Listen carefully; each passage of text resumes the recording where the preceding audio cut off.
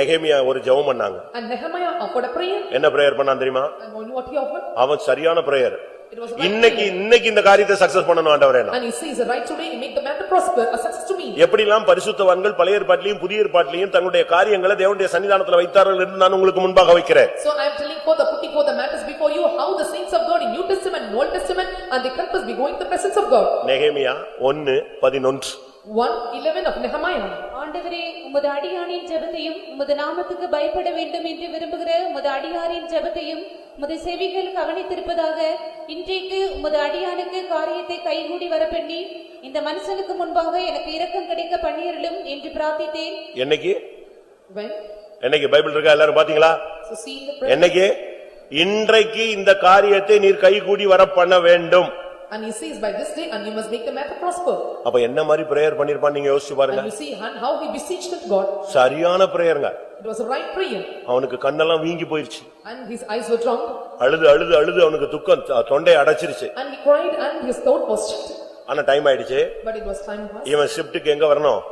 How he come? இவனுடைய ஷிப்ட்க்கு ராஜாவுக்கு முன்னால பானபாத்திரக்காரனா வந்து நிக்கணும். And as a cupbearer he must come and stand before the king. கிளம்பும்போது ஒரு ஜெபம் பண்றான். So when he departed he offered, ஆண்டவரே இன்றைக்கு இந்த காரியத்தை கைகூடி வர பண்ணு. And this day and make this matter prosper. இன்னைக்கு இந்த மனுஷன் கண்ணுல எனக்கு தயவு கிடைக்கணும். And grant him mercy in the sight of the man today. முகமெல்லாம் கழுவி ஃப்ரெஷ்ஷா வந்துட்டாங்க. And he washed his face and came fresh. இங்க வந்தா when he came வந்து உள்ள கால் வச்ச உடனே ராஜா கேக்குறான் அவனுடைய காரியம் என்னன்னு. And when he stepped inside and the Lord king asked and what is that matter? பாருங்க தேவன் எவ்வளவு சீக்கிரமாய் கிரியை செய்கிற தேவன் பாருங்க. And see and how hastily and swiftly the Lord prospered the matter. அன்னைக்கே அவனுடைய காரியம் அன்னைக்கு தீர்த்து வைக்கப்பட்டது. And right that day itself the matter was met before you. உன் பிரச்சனை என்ன?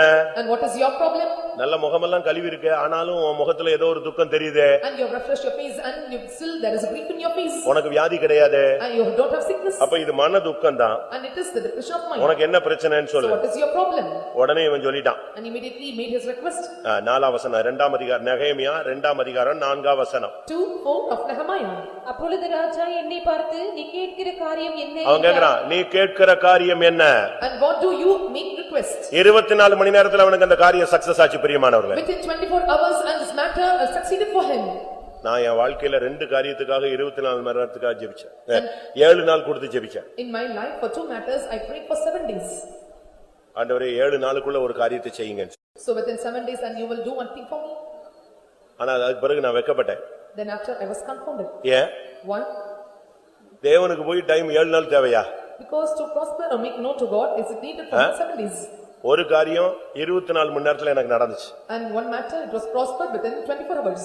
இன்னொரு காரியம் ஒரு 2 ஹவர்ஸ்ல நடந்துச்சு. And another matter it happened within 2 hours. புரியுதா உங்களுக்கு? Can you understand? ஒரு காரியத்துக்கு 7 நாள் கொடுத்தேன் எனக்கு 24 ஹவர்ஸ்ல அது நடந்துச்சு. For one matter I gave 7 days time but the Lord may make it happen within 24 hours. இன்னொரு காரியத்துக்கு 7 நாள் கொடுத்தேன் 2 ஹவர்ஸ்ல அது நடந்துச்சு. For another matter gave 7 days time but the Lord performed it within 2 hours. அப்ப ஆண்டவர்ட்ட நான் மன்னிப்பு கேட்டேன். ஆண்டவரே உங்களுக்கு போய் நான் ஒரு வாரம் அது பெரிய எவ்வளவு பெரிய தேவனுக்கு போய் நினைச்சா அப்படி திரும்பி பார்த்தா முடிஞ்சு போச்சு. For a great God and why have to give நீ பார்வை அடைவாயாக அந்த வார்த்தை சொல்றதுக்கு தான் அந்த time. So only time given to thou shalt see and the work. உன் வேதனை நீங்கி நீ சுகமாயிரு. And everyone the will see healed. லாசருவே வெளியே வா. இதுக்கெல்லாம் சொல்றதுக்கு எத்தனை மணி நேரம் தேவை? And Lazarus come forth. எவ்வளவு டைம் தேவை? How long time is needed for it?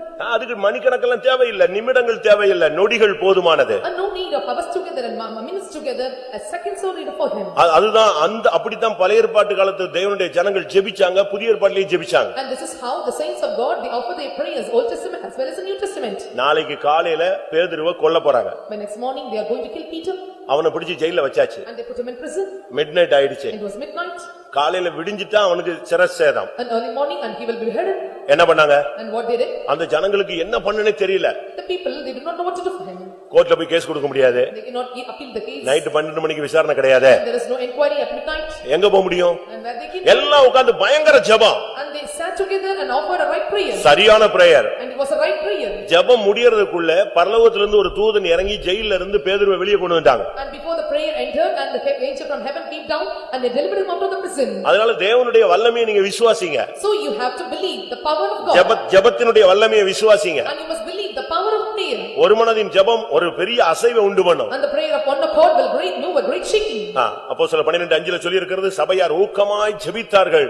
கர்த்தர் தூதனை அனுப்பி பேதுருவை வெளியே கொண்டு வந்தார். And 12:5 we can see the people of the congregation, they pray earnestly and they fervently, and the Lord delivered him out of the prison. தேவனை முதல்ல விசுவாசிங்க. So you have to believe God is நாம் powerful. முதலாவது தேவன் பெரிய காரியங்களை செய்கிறவர், மகிமையான காரியங்களை செய்கிறவர், அற்புதமான காரியங்களை செய்கிறவர், ஆராய்ந்து முடியாத காரியங்களை செய்கிறவர், உத்தமமான காரியங்களை செய்கிறவர், இப்படிலாம் நான் சொல்லிக்கிட்டே வந்தேன். So I keep on telling that God is well able to perform great things, marvelous things, unsearchable things, and upright things and perfect things. ஆனா இப்ப தேவன் அந்த காரியத்துக்கு எப்படி செய்கிறாருங்கறதை நான் உங்களுக்கு சொல்லப் போறேன். Now I am going to tell and what are the Lord is going to perform for all the things. ரோமர் 9:28. 9:28 of Romans. அங்க கர்த்தர் எப்படி செய்கிறார் ஒரு காரியத்தை? How the Lord perform a matter? அவர் நீதியோடு சீக்கிரமாய் தம்முடைய காரியத்தை நிறைவேற்றுவார். அவர் நீதியோடு சீக்கிரமாய் உன்னுடைய காரியத்தை நிறைவேற்றுவார். So with judgment and he will make the matter purposeful to you. கர்த்தர் பூமியிலே சீக்கிரமாகவே காரியத்தை நிறைவேற்றி முடிப்பார் என்றும் சீக்கிரமாக உன் காரியம் முடிவுக்கு கொண்டு வரப்படும். And all your matters will be brought unto them very swiftly. நீதியோடும் சீக்கிரத்தோடும் உன் காரியத்தை கர்த்தர் முடிவுக்கு கொண்டு வருவார். And so the Lord will bring all your matters with all your righteousness and with short work, and he will do the work. இத லூக்கா 18 அதிகாரம் 7-8 வசனங்கள்ல பார்க்கும் பொழுது, When we look unto 18:7 and 8 of Luke, அந்தபடியே தேவன் தம்மை நோக்கி இரவும் பகலும் கூப்பிடுகிறவர்களாகிய தம்மால் தெரிந்து கொள்ளப்பட்டவர்களின் விஷயத்தில் நீடிய பொறுமை உள்ளவராயிருந்து அவர்களுக்கு நியாயம் செய்யாமல் இருப்பாரோ? சீக்கிரத்திலே அவர்களுக்கு நியாயம் சீக்கிரத்தில் உனக்கு நியாயம் செய்வார். and he will avenge you speedily. தேவன் அத பார்த்துட்டு அப்படியே நீ கஷ்டப்படணும், அடிபடணும், கேவலப்படணும் அப்படிலாம் அவர் பார்க்கிறது இல்ல. அவர் நீதியோடு சீக்கிரத்துல உன்னுடைய காரியத்துல அவர் நியாயம் செய்வார். And with righteousness and with short work and speedily, and he will do the work, and he will never allow you to be in the difficulties and hard works. தேவன் மௌனமா இருக்கிற தேவன் அல்ல. Our God is not the Lord keep silent. ஒரு இடத்துல சொன்னார் நான் மௌனமா இருந்தேன். In one place he said I was in silence. ஆனா இன்னொரு இடத்துல சொல்றார் நான் வெகு காலமா மௌனமா இருந்தேன், இனிமே நான் மௌனமா இருக்க முடியாது. Another place he said that I was silent for a long time, but I cannot remain silent. நீ உடைக்கப்படும்படியாக மௌனமா இருந்திருப்பார். And to be broken down, and the Lord became நீ silent. உருவாக்கப்படும்படியாக மௌனமா For இருந்திருப்பார். you to be created and molded, the Lord kept silent. தேவ சித்தத்தின்படி மௌனமா இருந்திருப்பார். And according to the will of God, he kept silence. உனக்கு சில பாடங்களை கற்றுக் கொடுக்கும்படியாக மௌனமா இருந்திருப்பார். To teach you some lessons, and he made silence. ஆனா நீ தோற்று போகிறதாகவோ நீ சத்துருக்கள் கையில விழுகிற மாதிரியோ இருந்தா அவர் சீக்கிரத்துல நியாயம் செய்வார். And to be failed or to be held in the hands of the enemy, and he will never allow, and he will short work and speedily, and he will avenge you. ஆண்டவருக்கு எல்லாமே லேசான காரியம். So everything is so easy for God. அதை நீங்க விசுவாசிக்கணும். You must believe that. பலம் உள்ளவனுக்காகிலும் பலன் அற்றவனுக்காகிலும் உதவி செய்கிறது உமக்கு லேசான காரியம். And it's very easy thing for him to reign on burdens. ஆண்டவருக்கு எல்லாமே லேசான காரியம் தான். So everything is so easy for God. நமக்கு தான் அது பெரிய மலை மாதிரி இருக்குது. So that's a great mountain for us. செருபாபேலுக்கு முன்னால ஒரு பெரிய மலை நின்னுச்சுங்க. And there was a great mountain stood before Zerubbabel. பெரிய பர்வதமேன்னு அப்படி சொல்லுகிறார். And he said, "Oh great mountain." திடீர்னு ஒரு சத்தம் வந்தது. And there was a voice. அந்த மலையை பார்த்து ஒரு சத்தம் வந்தது. And looking at the voice, பெரிய பர்வதமே நீ எம்மாத்திரம் செருபாபேலுக்கு முன்பாக நீ சமபூமியாக கடவாயினார். தப்புன்னு நினைச்சிருச்சு. அப்படி பிளைன்ஸ் ஆயிடுச்சு. And oh great mountain, and how great they ought, and you become plain before him. It was made as a plain. உன்னுடைய வாழ்க்கையில இன்னைக்கு இந்த காலை வேளையில மலை போல் நிற்கிற காரியங்கள் எல்லாம் கர்த்தர் சமபூமியாக மாற்றப் போகிறார். And all the problems in your life stand before you like a mountain, and the Lord will make a plain. ஏசாயா 16:5 சொல்லுகிறது அவர் துரிதமாய் நீதி செய்கிற தேவன். And 16:5 Isaiah says, "And the Lord is speedily, and he makes his work." ஆண்டவருடைய கோர்ட்ல உனக்கு judgement வரக்கூடாது. And it should not have judgment in the court of the Lord. ஆண்டவருடைய கோர்ட்ல இருந்து சத்துருக்களுக்கு தான் ஜட்ஜ்மென்ட் வரணும். And only from the court of the Lord, and there must be judgment unto the enemies. நல்லா புரிஞ்சுக்கோங்க, ஜட்ஜ்மென்ட் பரலோகத்திலிருந்து நமக்கு வரக்கூடாது, புறஜாதிகளுக்கு தான் வரணும். And judgment should not come from the court of the Lord to us, but only to the Gentiles. உன்னுடைய காரியம் ஆகுற வரைக்கும் அவர் விடாம கிரியை செய்வார். Until your matter prosper, the Lord without ceasing, he works for you. Late ஆகுதுன்னு நீ பயந்துராத. Do not fear, it is getting late. கால தாமதத்தை குறித்து நீ பயப்படாத. And do not work, the time is delayed. மத்தேயு 12:20 சொல்லுகிறது நியாயத்துக்கு ஜெயம் கிடைக்கும் வரைக்கும் அவர் இளைப்படையாமல் கிரியை செய்கிற தேவன். And 18:20 of Matthew says, until they get the succeed for the judgment, and without ceasing, and he will manifest his work. அவர் விடவே மாட்டார். He will not leave you. அவர் சோர்ந்து போகிற தேவன் அல்ல. And he is not the Lord who faint. அவர் இளைப்படைகிற தேவன் அல்ல. And he is not the Lord who take rest. அவர் இளைப்படையாமல் சோர்ந்து போகாமல் உன்னுடைய காரியத்தை சீக்கிரமா முடிக்கிற வரைக்கும் விடாம போராடுவார். Without getting weak or faint, until your matter gets prosperous, and without ceasing, and he will strive hard, and he will work for you.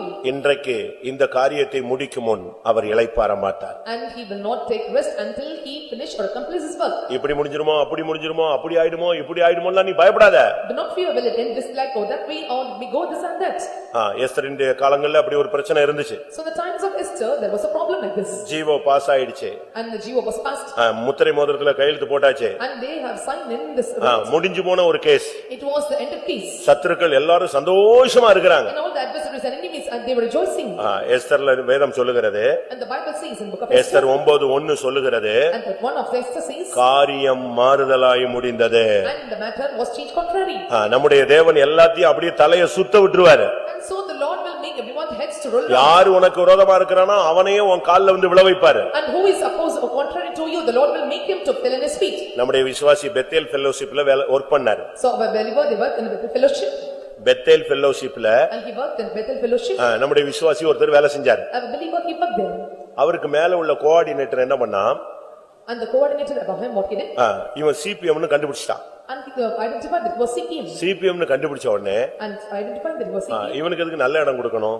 And he was waiting we should give a good seat for him. உடனே note கொடுத்துட்டான்.